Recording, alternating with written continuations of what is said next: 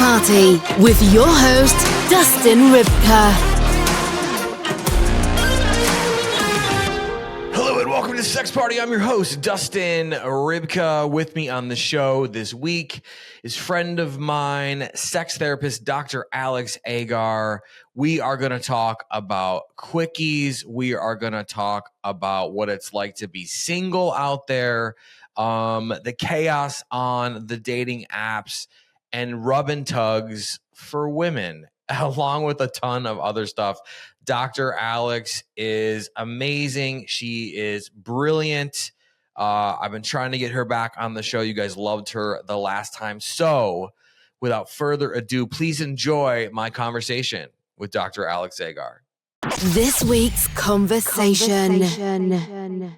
Dr. Alix Agar, my friend, you are finally back on Sex Party. It's been a long time. I've been hounding you to come back. I've needed you to come back. The world is in chaos, right? So we'll just go right into it. But welcome back to Sex Party. How are you doing? I'm doing well. Thank you so much for having me. I follow you now and watch everything and think about you and like want to come back. So I'm so glad we made this happen.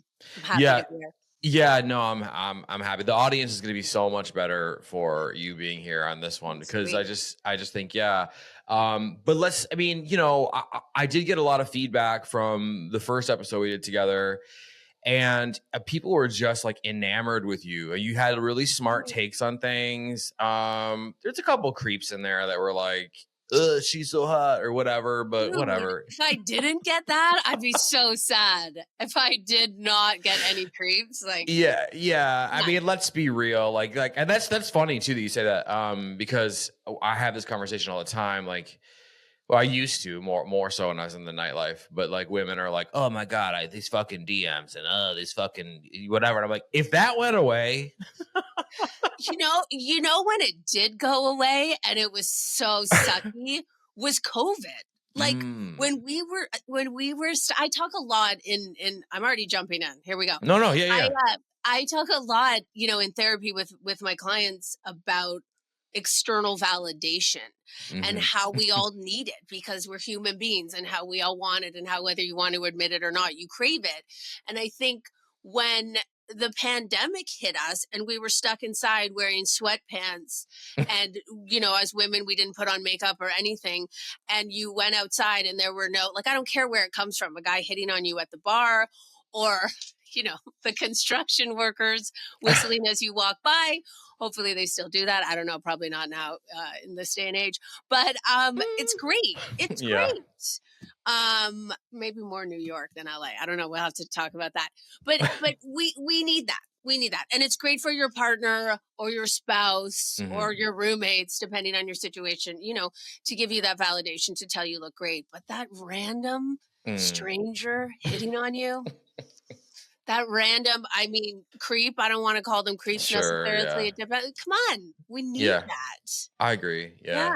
I love attention. And so, for me, I don't really obviously don't give my attention very, very freely. Like I'm very, in that way, but that's always kind of been my thing. But I would be lying if I said I didn't love it. I talk to my girlfriend about it all the time. I'm like, I love attention, and so, you're right. We do need it. And I think, people severely underestimate that, right? Yeah.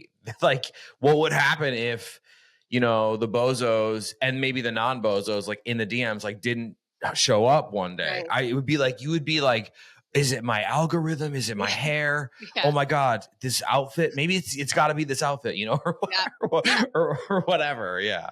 Or the day people stop looking at you, right? When you walk into a room or you walk into a bar or a club or wherever, the day that the heads stop turning, I think it's going to, and I'm going to do everything in my power, right? I don't care if it's Botox, facelift. I don't care. I'm not aging gracefully.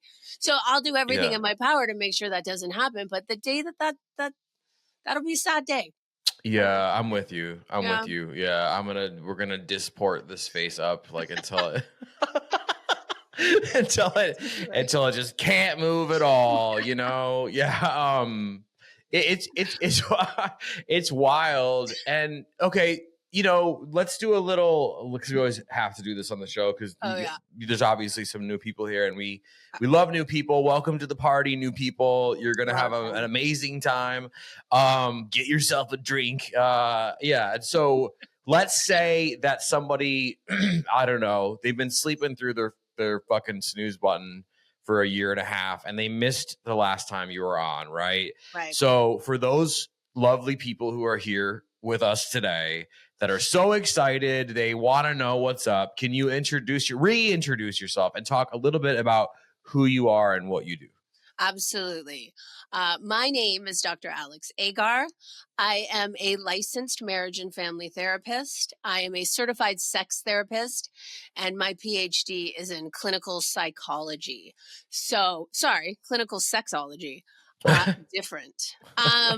Clinical sexology. So I am a sex therapist. I work with couples and individuals basically and cover the whole spectrum. I work with people that have issues with sexual dysfunctions, women that have pain around sex, low libido, desire discrepancies, and couples that just kind of like want to spice it up. Maybe they need some new tools and techniques. Their sex life is lacking. So that's why those are a couple of reasons you're going to come and see a sex therapist. Yeah, for sure. I think, and I could always be mistaken because I make a lot of mistakes. Ask anyone, but I believe the last time you were here, I could be wrong. We did have a discussion about how you felt as though most ED, erectile dysfunction for men, was more psychological than physical, right? And so that prompted a lot of people to be like, yo, what?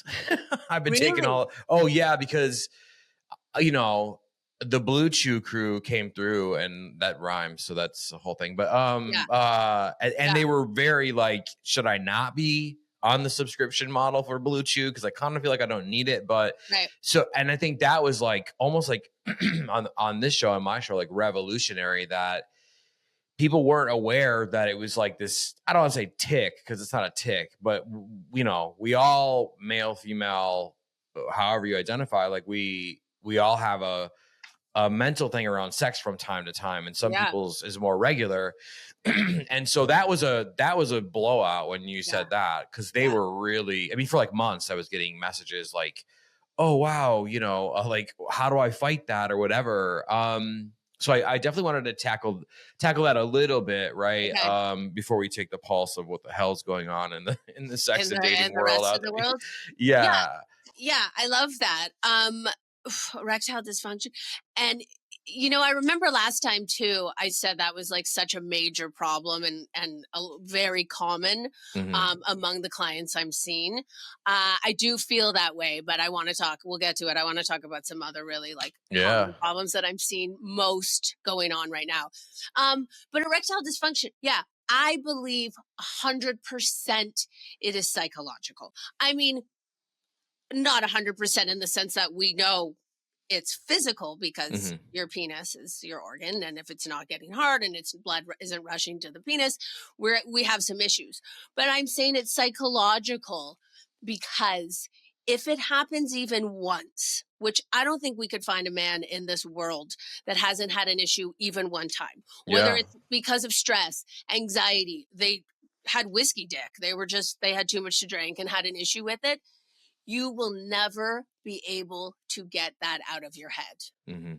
And so the cycle of anxiety that's going on in your brain when you go the next time to have sex with your partner, am I going to get hard? Am I going to stay hard? Is it going to be rock hard? Am I going to lose it halfway through? Is he or she going to be disappointed? Am I going to let them down? Are they going to cry? Are they going to get angry? The anxiety that goes on. So I describe having Cialis or Viagra like armor going into battle, right? Let's get all the armor we can and protect ourselves as much as we can for going into battle. But unfortunately, it's not 100% that Viagra and Cialis are going to get you there all the time. And I've had clients that are on it and still every once in a while have some issues because they're getting in their head. Yeah. Yeah, because it's like, don't think of a purple dinosaur on fire. What did you just think of? Yeah, You know what I mean? of And course. yeah, and it's that anxiety loop, you know, and I think so. My next question to you would be, I mean, and obviously, like, you know, they should call you and make an appointment, whatever. But like, just to like fight it in the moment, or to like sort of remedy that, if someone is having that thought where they're like, "Oh my God, what's wrong with me? I didn't get as hard as I did with Sheila the other night, or whatever, Right. or Brian, or whatever." There are Sheila and Brian, like Everyone. whatever, right? What's a good way to be like? To sort of tackle it and bring yourself a little bit down to earth again. Okay. So we say get out of your head, right? And everyone's like, yeah, great, Alix. How do I get out of my head? Like, it's so easier. And I mean, the really short answer is to get out of your head is to get present and focused in your body. And how do we do that? We focus on pleasure.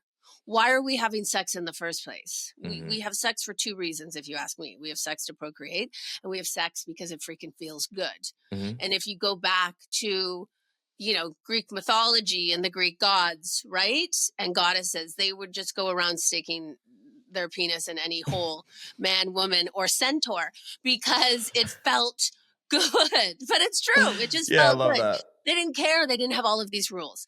So anyway, we have to go back and focus on pleasure. And there are a million ways that we can do that. But to answer the question, in the moment, take a beat, take a break, get a glass of water, you know, get a cocktail, like watch a Netflix movie, just take a break and be with a partner, hopefully, that understands, that is patient, that's like, hey, it's no big deal. Or like, Yeah. let's sleep on it and try again in the morning. Yeah.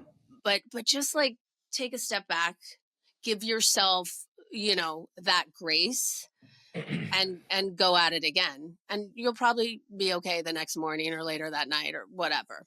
Yeah. I mean, and I was with a therapist. This is a while back. I was dealing with like heavy duty anxiety, like crazy, like panic attacks. When I say panic attacks, I wasn't like passing out. I just had like a lot of moments. I don't know, 6-7 years ago, maybe 8 years ago.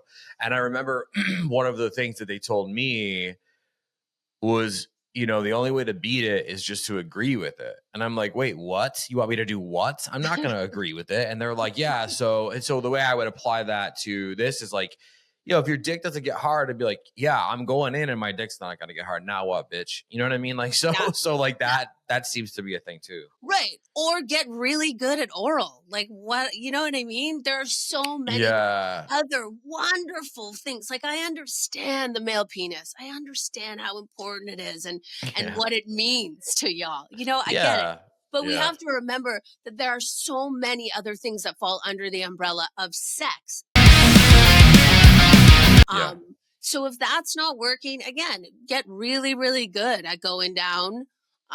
Do like a sensual massage. Focus on nipple play for a couple of 20 minutes. I mean, when's the last time you spent 20 minutes focusing on the breasts and the nipples? It's fabulous. Slow down. We are so quick as humans to rush to the finale. I want to come. I want to orgasm. I want to stick it in you. I want to be inside you. And it's all great. But just slow down and remember again why we're having sex in the first place. It's because we want to derive pleasure from it. I want to give and receive pleasure through touch. And there are so many parts of the body that we derive pleasure from and that can actually make us orgasm other than the genitals. Take a break. Do something else. And, you know, with women, my female clients or my vulva owning clients that I work with that do have a lot of pain around sex, you know, vulvodynia, vaginismus, I'm going to tell you to stop having sex for in the short term, right? Take sex off the table, because in no other world would, if our partner was doing something that caused us pain, would we say, yeah, keep going, just keep going, push through. So it's okay. It's okay Yeah. to do other things and just take it off the table and focus on all the other parts of the body that are fabulous and wonderful.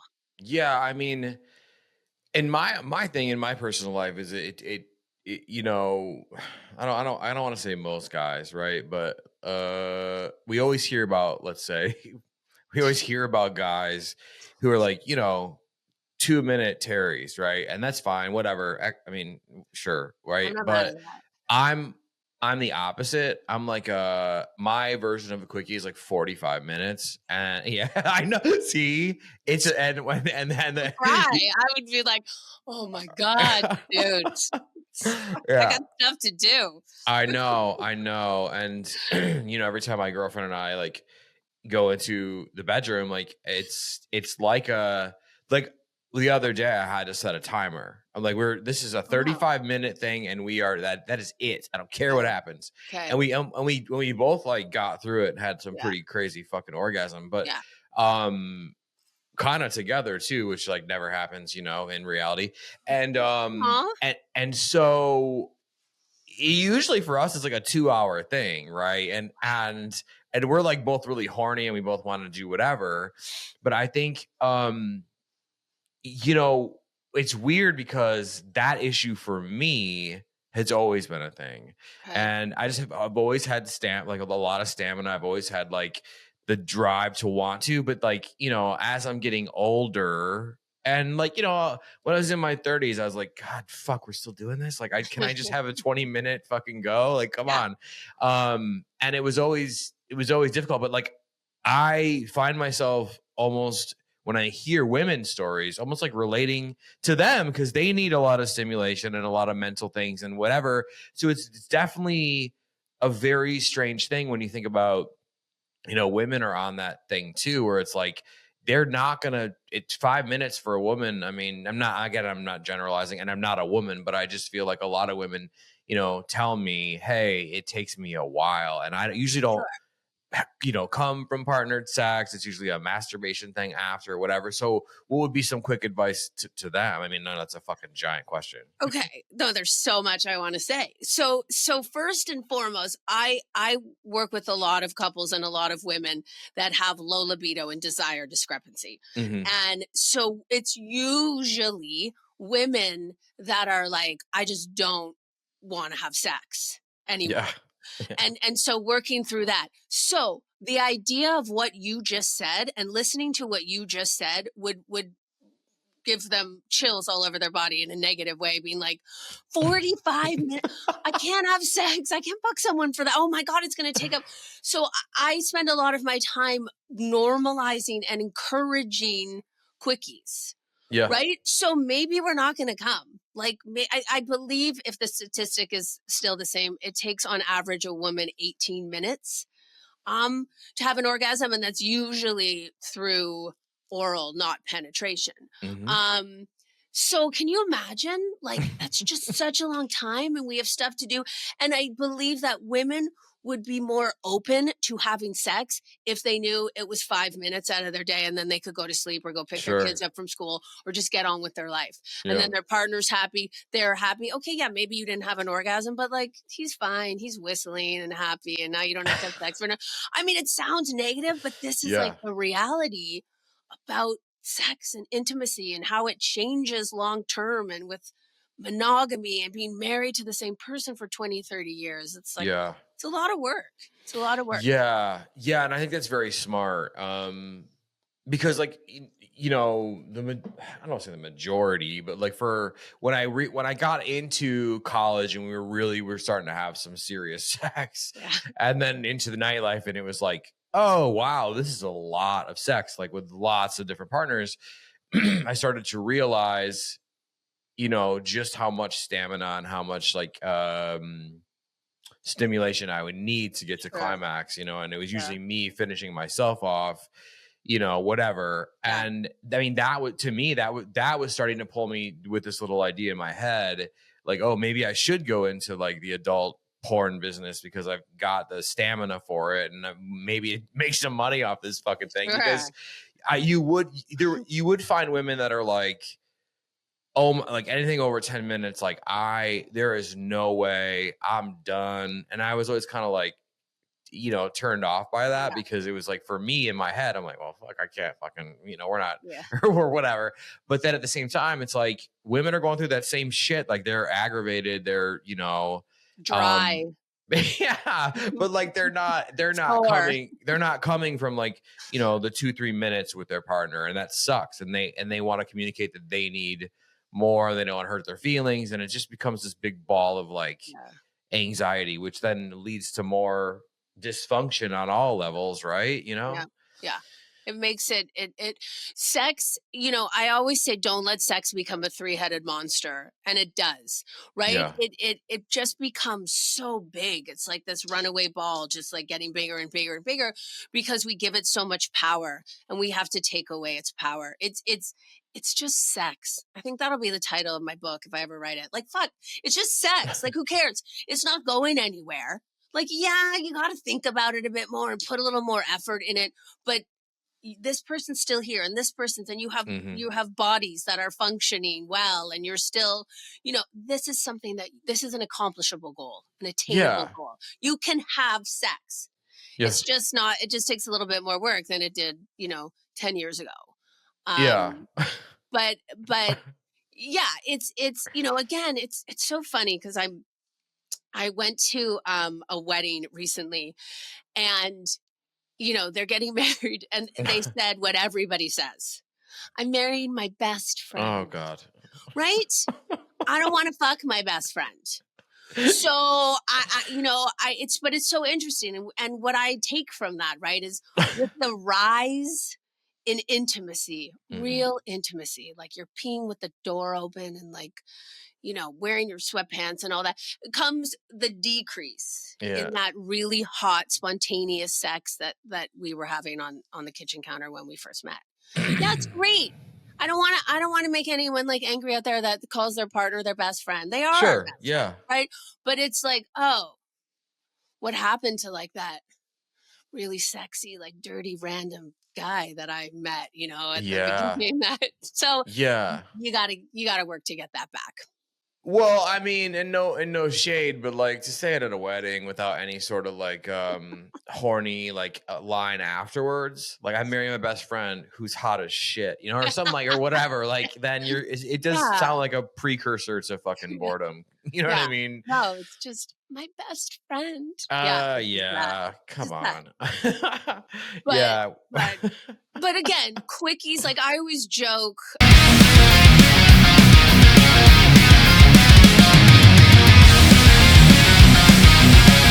I'll admit it. I think a lot of people now are calling it being a pillow princess. Oh, but fuck it. Fuck it. Yeah. You're happy. I'm happy. Like, you had sex, you orgasm. Like, maybe I didn't. Maybe I'll grab my vibrator and use it after. Maybe I love to use my vibrator during. Yeah. But yeah, we're all good. Everybody's happy, and it didn't have to last that long, and we're not going.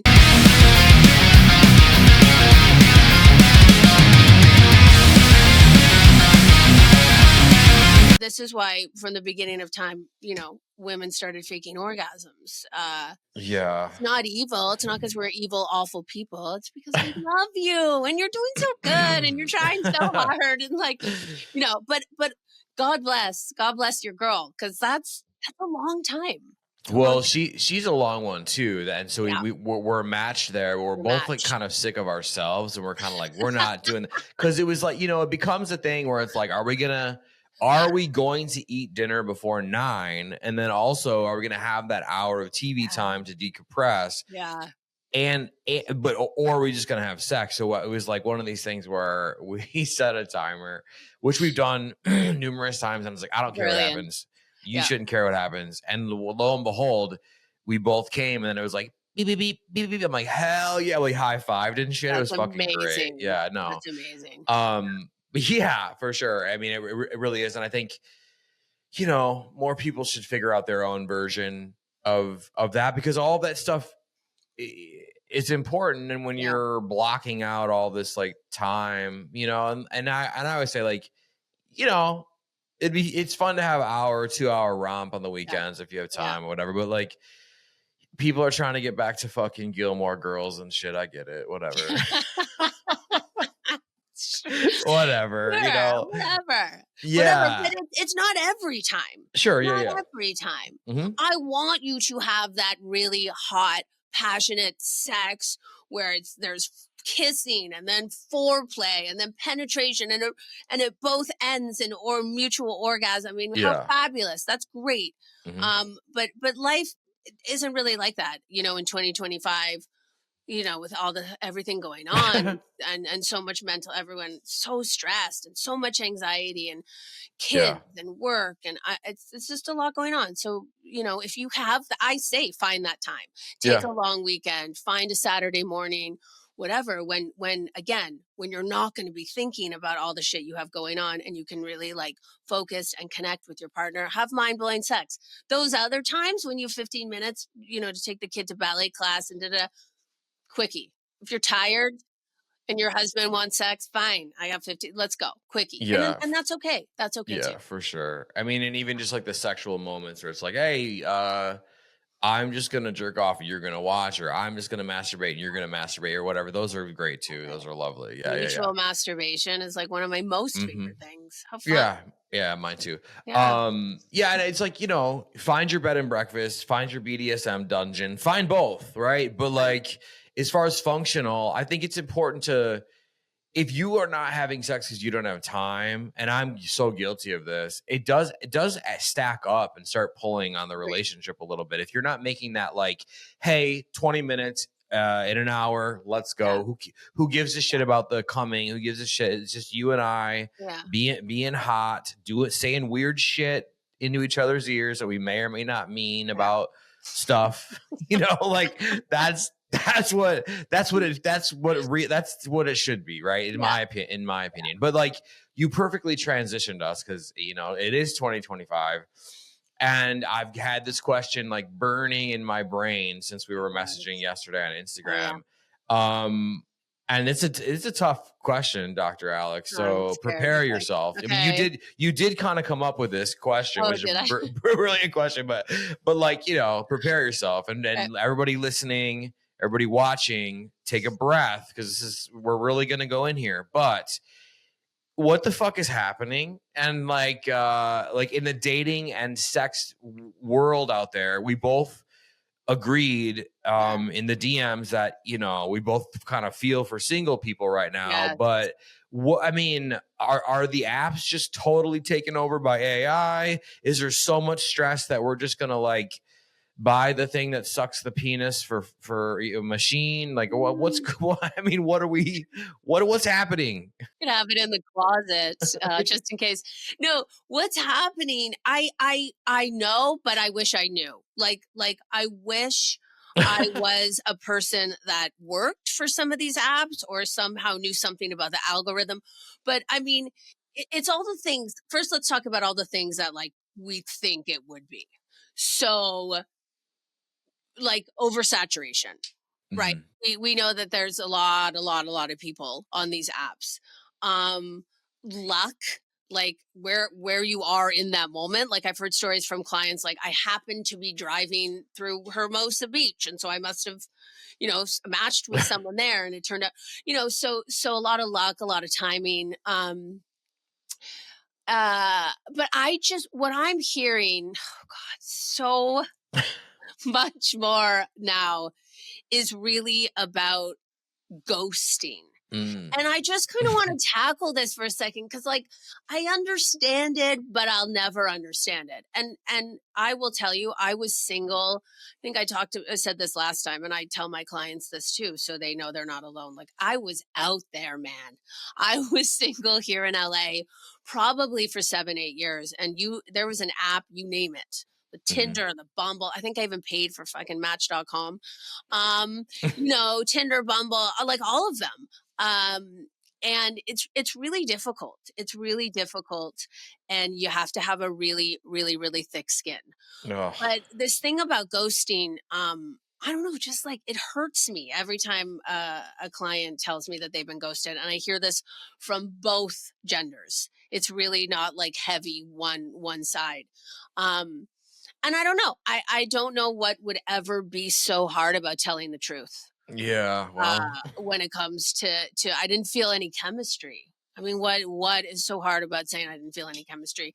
And then, of course, when you introduce sex in any way, shape, or form, I mean, I had a client recently, and she gave the guy a blowjob on the first date. Great, awesome, good for you. But then this kind of very strange behavior trickles down, which is like he sent her a dick pic. Don't get me started on dick pics. Never, ever, ever, ever should we want a dick. I can't speak for everyone. Yeah. For myself. But after there is some kind of sexual interaction, does it then become okay to send a dick pic or to ask for her to send something? Send your tits, send me a photo of you naked, send something sexy, and then, down the line you get ghosted, or you're getting ghosted before you even get started, before you even get out the door. You match. Yeah. There's very quick correspondence. Hi, how are you? Great. How are you? And you're met. And then there's silence. And then there's silence. So that I don't understand, because I want to believe that people are actually on these apps because they want to date. Otherwise, why? Why waste your time? It doesn't seem like a fun, No. like go play a video game, or you know what I mean? It doesn't seem like something fun. Yeah. So that I don't understand. I mean, I'm just going to say it because, I mean, they can crucify me for it, whatever. I just think the dating apps are making all this worse. Like they're exacerbating like problems that we're having, like already. Yeah. And I think that the dating apps, my girlfriend and I were talking, after we watched whatever show at the end of the night, and I was like, we were talking about how the woman who started Bumble was truly like innovator with marketing. They did some really cool stuff on a shoestring budget that I just fucking adore and love. And we'll probably adopt some of that stuff when we go into a big marketing campaign for the show, for Sex Party this year, which is coming, but it's a whole other episode. And she was very like, obviously, female forward, which I loved as a man on Bumble. Yeah. Like Bumble used to be my app of choice.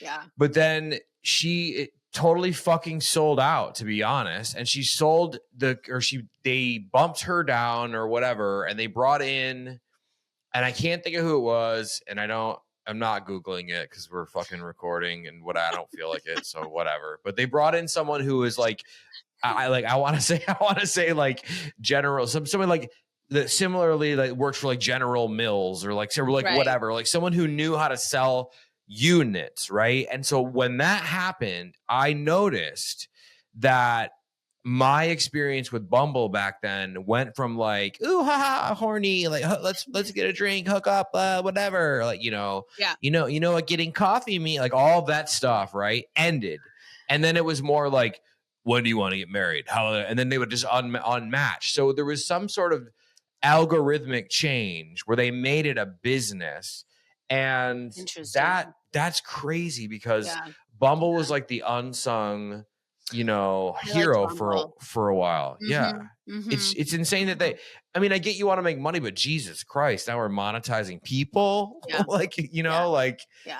And it's a product that if you use it once and you never have to use it again, the product sucks. So to them, they want you to go on a date and get ghosted and come back, right?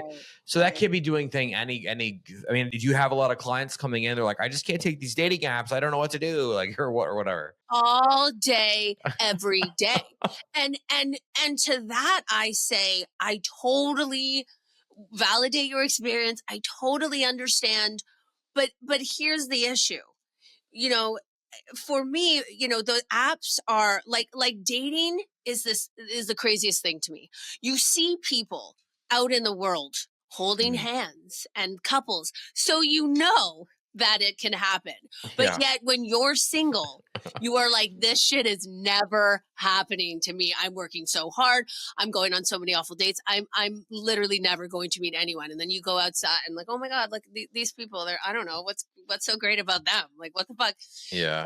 So if you go off the dating apps, you know, you're left really to like chance. Like, great. You want to, if a guy hits on you in a grocery store, you feel like you want to approach someone at Trader Joe's or the bank or whatever. Great. It happens. We know that people have met authentically out in the real world. To me, it just gives you a little bit less control over something that you really don't have a lot of control over anyway. Yeah. So if you're on the apps, at least you're feeling like you're actively working toward your goal and like you're trying to meet someone like in a specific spot at a specific date and time. So maybe that'll happen. I don't know. Just a little bit of control over something that's like, what the fuck? Like, how do you know, you don't know about chemistry. Like, you could be on the phone texting with one person back and forth, which I've seen for weeks. And then you finally go on a date. Nothing. Oh, Nothing. God. Nothing. Yeah. And it's so disappointing. Oh, I thought this guy was great. I used to have that Queen song, Another One Bites the Dust, always playing in my head as I walked away. Like, but you got to be resilient. You got to be strong. You got to have, it's true. You got to have, you got to have really thick skin, and you have to keep going because it takes time. It takes time and effort and like, just do it. Otherwise, but all day, every day, I think I'm going to get off the apps. Okay. 2 weeks later, well, I'm back on the apps because, but I just see a huge, it does feel hopeless. And I have to, you know, validate that for them. It feels hopeless. How do you even, how are you going to meet someone if you can't even get to the point of the first date? Yeah. So, I mean, do you do you advise them from like a mindset place? Like, hey, you're going into fucking war and you need to like armor. you need to have armor and like realize that people don't know you. They're just they're whatever. And so do you like get them in that mindset? Like, you sure you're ready for this? Like, here we go. Or are you like, nah, take a break, or, you know, maybe go to the park and throw a frisbee at someone and maybe they'll catch it? Or, I mean, like, well, like, what do you say? Because it's hard to meet people in person, but I think it's even harder to meet people. Like, it's such a self-esteem, like, arrow to the chest, like regardless of if you're a man or a woman. I mean, obviously women clean up on dating apps because, you know, us men are just like fucking scoundrels and don't care and whatever. So, you know, I mean, wait, women clean up on dating apps. So you think that women have a much higher success rate on the dating apps? Oh yeah, absolutely. And like, I'm not someone, let me just be very clear. I think everything that's wrong with the world is because of men. Let's just put it that way. Like, and like, I'm not one of these guys that's like, oh, poor men. We can't, but whenever someone's like, oh, the 80% of women are dating the 20% of men on dating apps, what should we do? And so my response is, become part of the 20%. Ding dong. You know what I mean? Like, stop crying, you know, and like, whatever, like, and also my other advice too is, forget about women. Like, go make your business or your body or your podcast or whatever how you want, and you will be amazed how many women fall into your lap. Like, that's always been my thing. Like, who gives, like, if some girl thinks you're ugly or whatever, like, who gives a fuck? There's a million. And I know that's hard to swallow and whatever. And I've had kind of like more practice with nightlife and podcasting and porn and all these things, but easy for you to say, but no, there's 20 years there of experience that I've had to go through that. But I think women, because they're women, like, dudes are just like climbing on. I mean, I had someone on the show not too long ago. She had 35,000 matches on Bumble, you know, and she's like, you know, whatever. So there's that. So granted, they're probably not all quality, you know, quantity over quality, right? But yeah. But here's why I struggle with for my. I'll speak to my people, women, right? Yeah. it's so, okay, this is my analogy. It's good. So, rub and tugs, Yeah. right? We don't have any for women. Oh yeah. Right. And why do you think that is? So men can go, these are the massage parlors where you can get jerked off, for anyone that doesn't know, maybe more. Men are happy. Most men are happy to go to a rub and tug. There's maybe a 70-year-old woman with no teeth there, right? Who's working there? I don't know. I haven't been. These are stories I've heard. And, for $100 or whatever you pay, you get a massage with a happy ending, or you get jerked off. You're good to go. You're feeling good. You pay the money. There's bye. You're out. You're having a good day. Those don't exist for women. And here's why. Because we need so much more for sex. Like, it's not about us. It's not about just sex. So if we had a rub and tug for women in some capacity, it would be like, first of all, it would have to be like a really handsome guy. And you'd be like, so tell me about your family. And, while you're touching me, like, what are your goals? What do you do for a living? Oh, you're in the stock market. Oh, that's so exciting. Right? We need more. Yeah. We need more.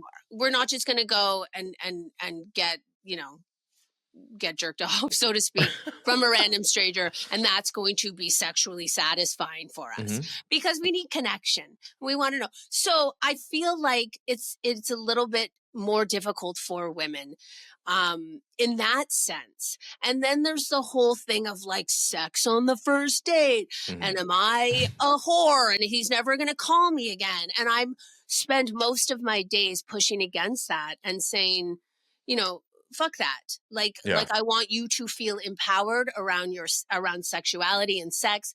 And if you want to give a blowjob, or you want to go back to his place and have sex on the first date, please do it and enjoy yourself. But we got to have that armor on in case he decides to never call again, which is fucking hurtful. And, but it happens. But I hope that you can then say, but you know what? I came, I had a really good time, and, onwards and upwards. Yeah. But it's hard. It's hard because I think that women want relationships and do not want casual sex. And women will push back against me because I know they're the women that are like, what are you talking about? I'm on Tinder and I want to have one night stands and I do what I want and I'm an independent. And that's great. I want that for you. But I feel very strongly that a majority, if not all of the women that are on Tinder that say I'm here for a casual hookup, aren't really looking just to have sex. And yeah, well, two things. I mean, one, the rub and tug lady would just have a fuck. I've never had a rub and tug. I think I've had someone. No, and I think I've had someone. Yeah, it surprises me too. I think that I've been to some skeezy places, let me tell you. And I think they're great, by the way. I just want to say. For sure. Like stress relieving or whatever. But like she would be in there for 45 minutes, like, sir, like, are you alive? And whatever. And two, like, if you're a woman and you bang a dude like on the first date, he doesn't call you back. Like, sorry, that wasn't a fucking full grown adult man. That was an idiot. You know what I mean? Unless like the sex is bad or he's an idiot. What I mean, but like, you're right. Like, you shouldn't be afraid to fucking hook up on I mean, that's so dumb. Like, people who say like, don't hook up on the first date. What are we fucking 19? Like, what is this? Yeah. I don't know where these rules come from. I do, right? Yeah. And it's media and society and like the fucking world we live in. But somewhere along the line, women were taught that if they are too open sexually or there is sex on the first date, that there's a chance that he won't respect you and he won't call you again. And I just don't understand that. I've had sex on the first date and had a 2-year relationship. I had sex on the first date and never heard from him again. I waited until the 4th date and had a 2-year relationship. I waited till the 4th date and never heard from him again. Like, there's really, probably if you did like a longitudinal study, I don't know. I don't know if we could really 100% say, you have sex on the first date, you're in trouble. That relationship is doomed. Well, I think the larger takeaway is that we need rub and tugs for women.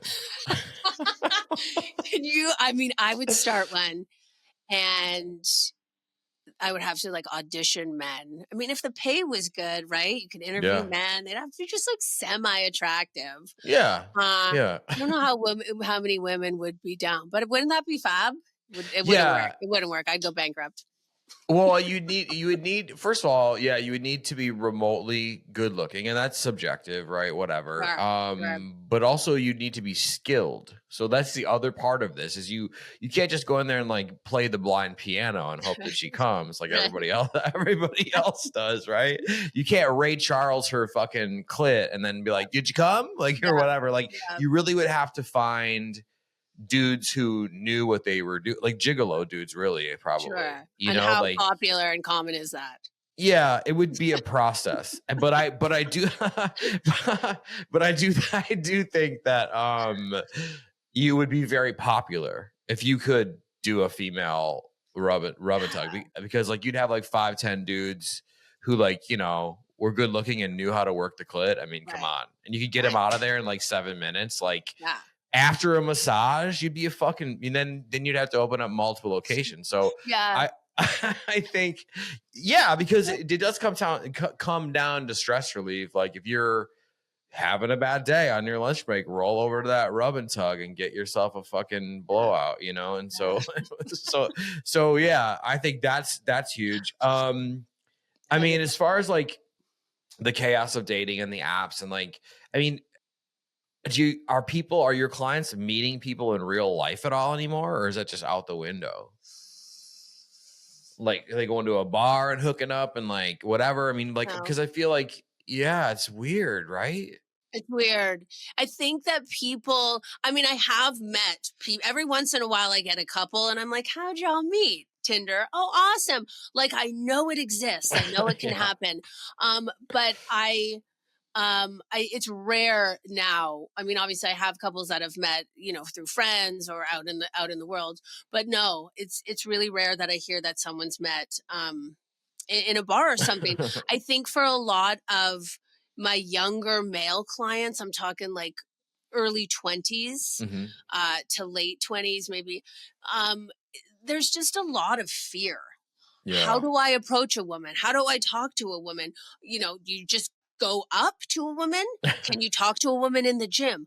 I heard that you can't speak to a woman in the gym because it's really rude because she's working out and she, you know, and then like what, you know, again about consent, you know, what if you touch her arm? What if she's drinking and you take her home and she regrets it the next day because she was drunk, and what could happen? You know, just a lot of fear and anxiety around all of it. Yeah. And I can only imagine, like, I'm a woman. I did okay, right? I can only imagine what it's like for a man, because it's usually the guy, not always, Sure. but that goes up just cold and approaches you and has to come up with a line that doesn't make you want to like punch him or feel disgusted or feel like dirty. Right. You know, you have to come up with something that's engaging and interesting, and it's a lot of pressure. I don't want to minimize it at all for the men out there. Like I get that it's a lot of pressure to go up to a random stranger, who's probably around a bunch of people, which is also why I encourage women, as long as you're safe and you know, go to a bar by yourself, sit at the bar by yourself, order a drink and some food, and I guarantee you will start conversations with so many people.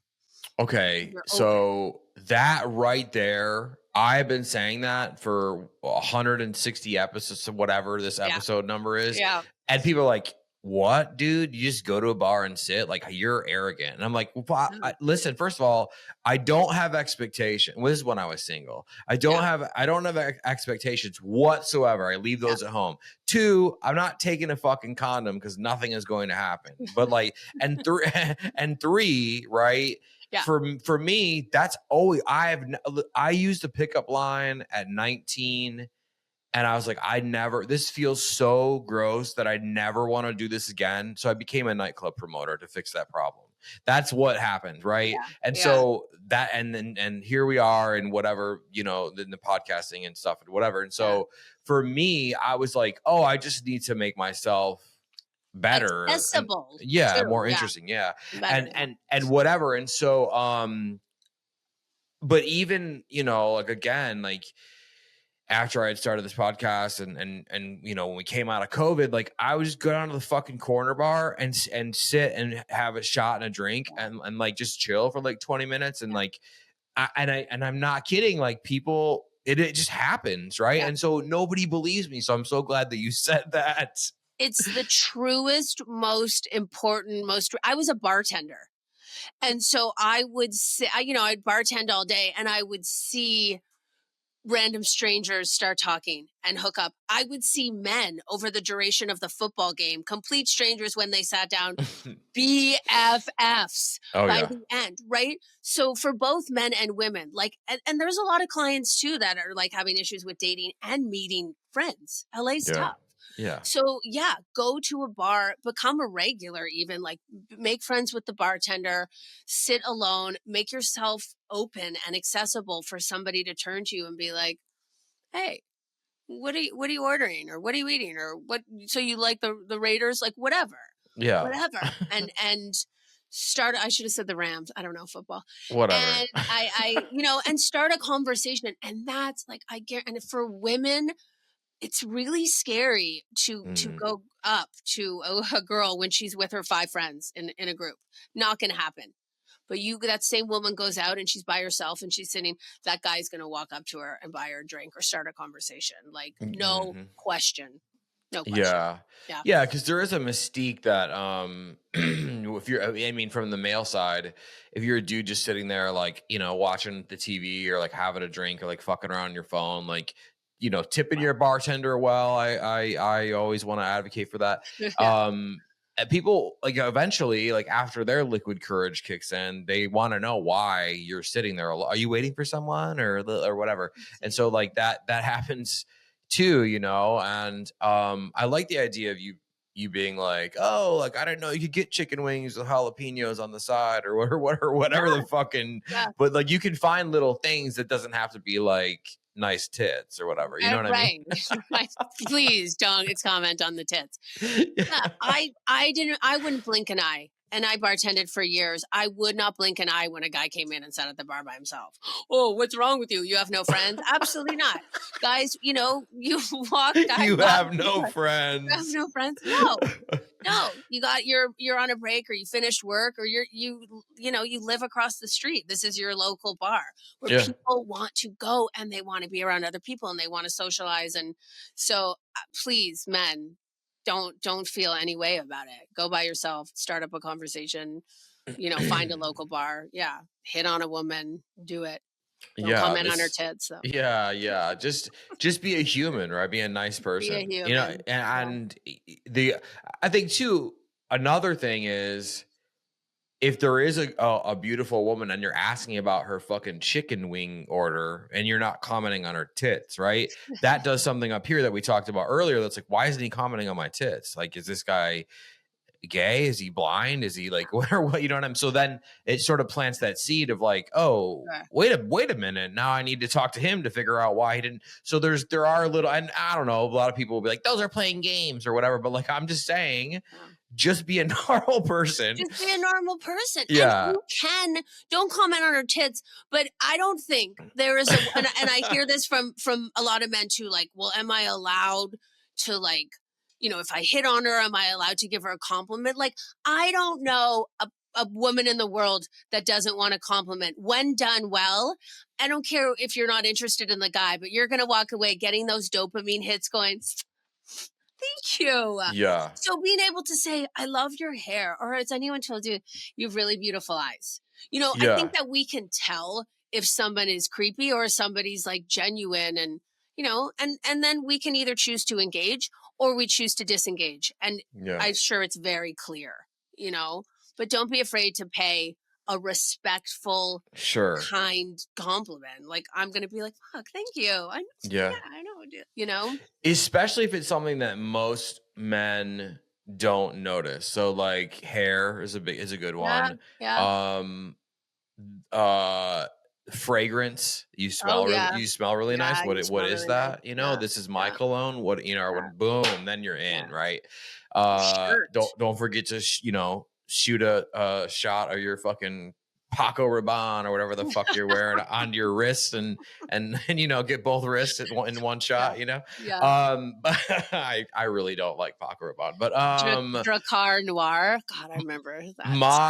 my go-to is my secret cologne weapon is YSL Intense. It's so expensive, but it's like it's the best shit ever. Yeah. And people are like, what is that? Who smells like that or whatever. So that's another tip for y'all. Okay. So dating is fucking bonkers. Meeting people is worse. Right. So like, but persevere. That's what I want to end that pivot with. Like, don't give up. Cause like, what's the alternative? Like keep going. Like, is this a goal? Any goal that we set for ourselves is going to take time. You want to go back to school, you want to be a lawyer, you want to like lose 20 pounds. Like, it doesn't happen overnight. No. Your goal is to not be alone, or your goal is to meet someone. And so keep focused on that. And it takes some work. It takes some work and have a thick skin and all those things. Yeah. Okay. And so the chaos version of this, or the chaos piece in this, is like, because they did say, oh man, like, and I know we're getting close to the end of the episode, but like, whatever, but like, Bumble did come straight out and say that the goal is to have your AI dating other people's AI to weed out. I mean, that just makes me want to fucking go back to sleep. So I don't like what, I mean, do you see this getting more? I mean, you are having clients come in and be like, I can't keep up with this. If they're going to start using AI models, like I don't know if it's a real person or if it's fucking like, are we headed to a more chaotic place, like more immediately? I mean, Zuckerberg and Elon Musk have already taken over the country. So like where are we headed on the dating apps and the meeting people? I mean, I hope that if it's not working for enough people, somebody like the woman that invented Bumble or whatever is going to come up with something else. And okay, maybe that's going to work for 6 months to a year, a couple of years, and then we could get back right to where we are. But I would hope that somebody sees that whatever's happening now is not working, and maybe we make some changes. I don't know. Again, with technology and the way the world's going and AI, I mean, women we don't even give our phone number out anymore. Yeah. It's like DM, or go, here's my Instagram.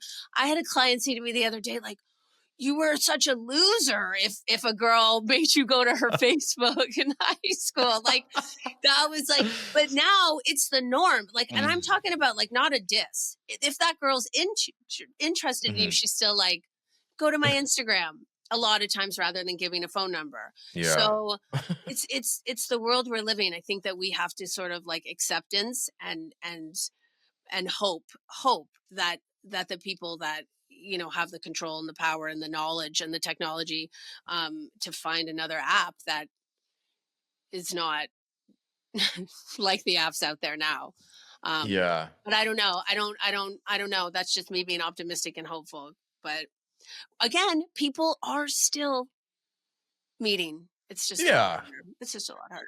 Yeah. I mean, and I think there is going to be a natural hunger. I can almost feel it now in the ether that there is like someone who will downsize the app shit. And like, I don't know, I've heard some pretty like, I mean, this is sort of pseudo related, but like a lot of the bands that are going to go on tour in 2025, like have a no phone policy now. So they just want your attention. Yeah. I think that sort of mentality to like dating or speed dating or whatever it is, like there are going to be like, hopefully like events or apps that are less technical where it's like, hey, this is what's what and whatever. And it's funny because like the sex field finally is like blowing up and expanding, and there's these apps like, want to go to a sex party, want to fucking get tied up in my dungeon, like there's an app for that now, and whatever.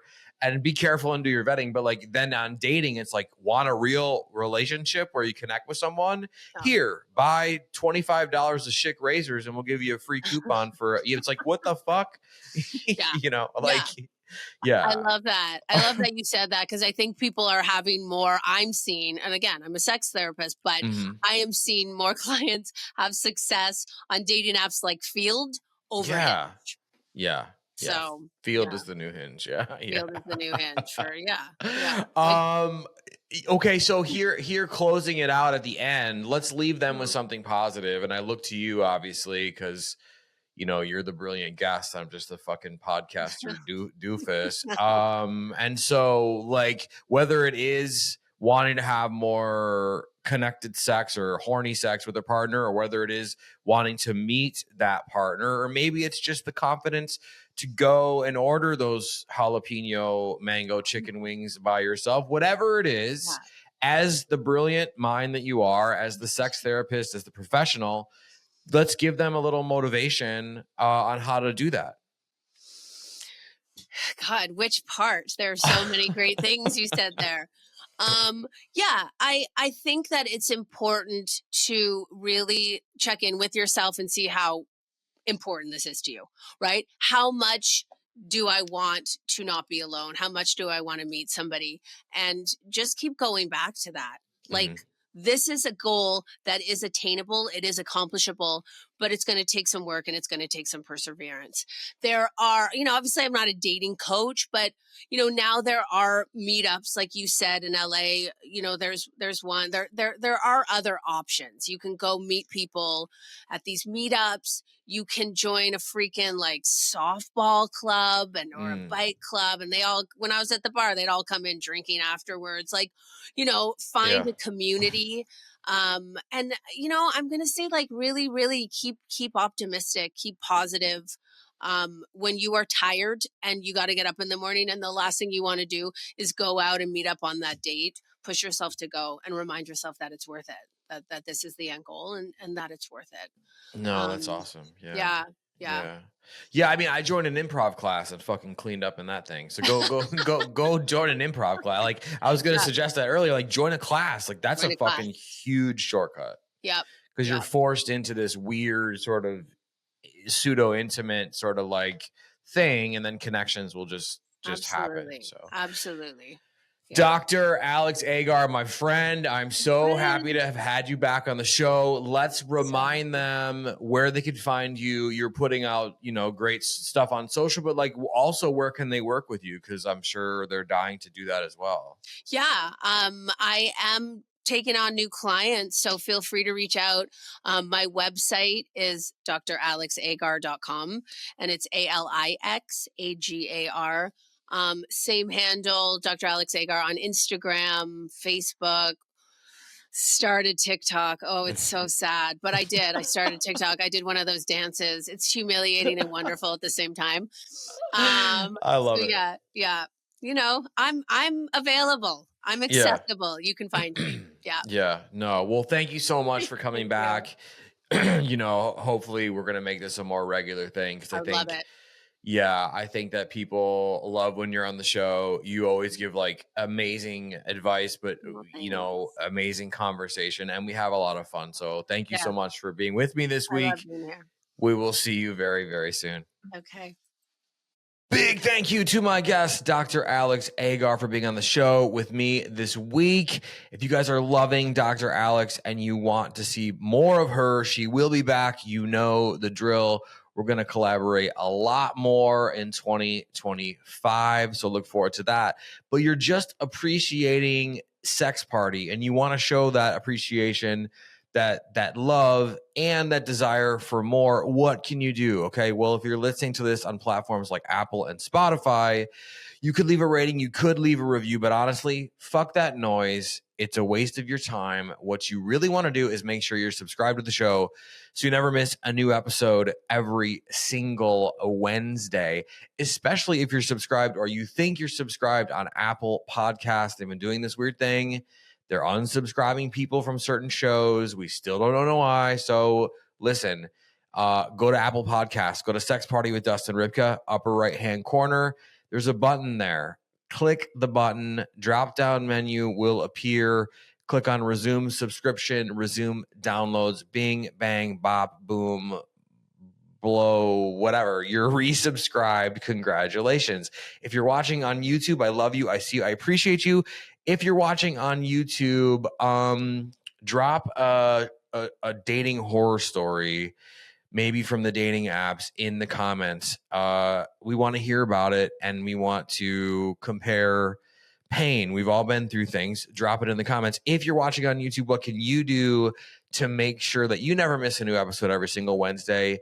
You could like this video. You could like all the videos. You could leave comments. I love interacting with all of you. Even if it's negative, we'll still chat.